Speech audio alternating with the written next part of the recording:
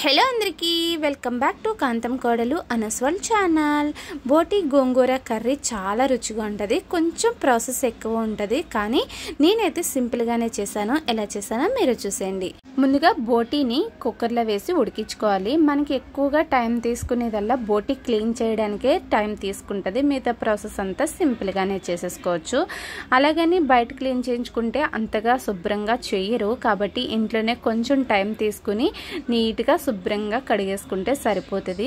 ఈ బోటి కడుక్కున్న బోటిని కుక్కర్లో వేసి పసుపు, ఉప్పు, వాటర్ వేసుకుని మూత పెట్టి 3 విజిల్స్ వచ్చే వరకు ఉడకబెట్టుకోవాలి.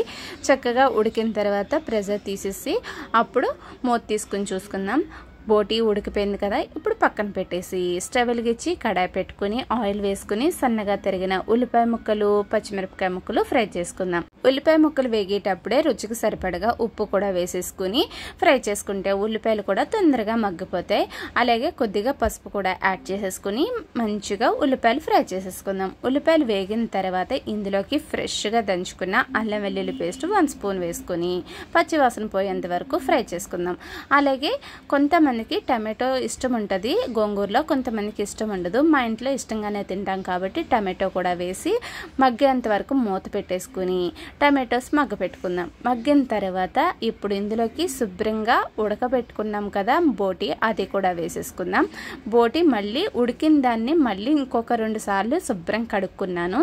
కడిగి ఆ బోటి వేసేసుకుని బాగా మిక్స్ చేసుకుందాం. బోటి బాగా మిక్స్ అయిన తర్వాత ఆయిల్, టమాటో అదంతా బాగా మిక్స్ అయిన తర్వాత ఇందులోకి మనకి రుచికి సరిపడగా కారపొడి యాడ్ చేద్దాం.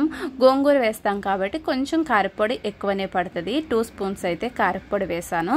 అలాగే ఇందులోకి కొంచెం ధనియాల పొడి, వేపి పొడి చేసుకున్న జీలకర్ర పొడి వేసుకుని మొత్తం మసాలాలు, కారపొడి బోటికి బాగా పట్టేంత వరకు మిక్స్ చేసేసి ఒక 2 నిమిషాలు మూత పెట్టేసుకుని ఉంచుకుందాం. బోటికి మసాలాలు అవి బాగా పట్టుకుంటాయి.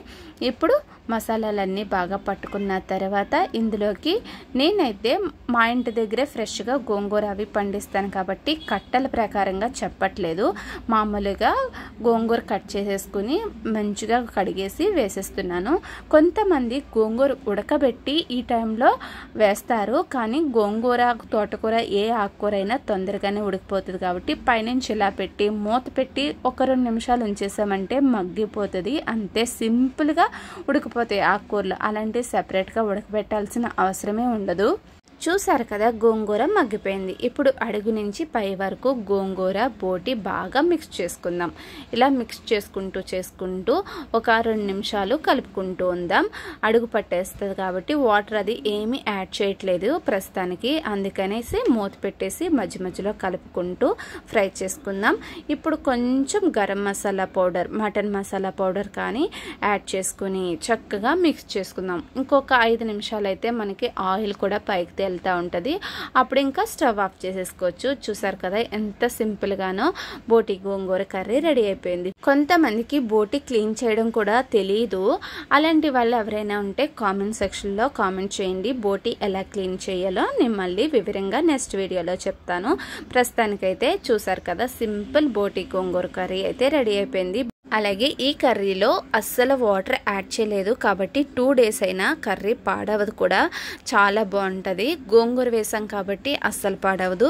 మరి ఈ బోటి గోంగూర మీకు నచ్చిందా? నచ్చితే కనుక మన ఛానల్ని లైక్ చేసి, షేర్ చేసి, సబ్స్క్రైబ్ చేసుకోండి. కాంతం కోడలు అనస్వల్ ఛానల్ని.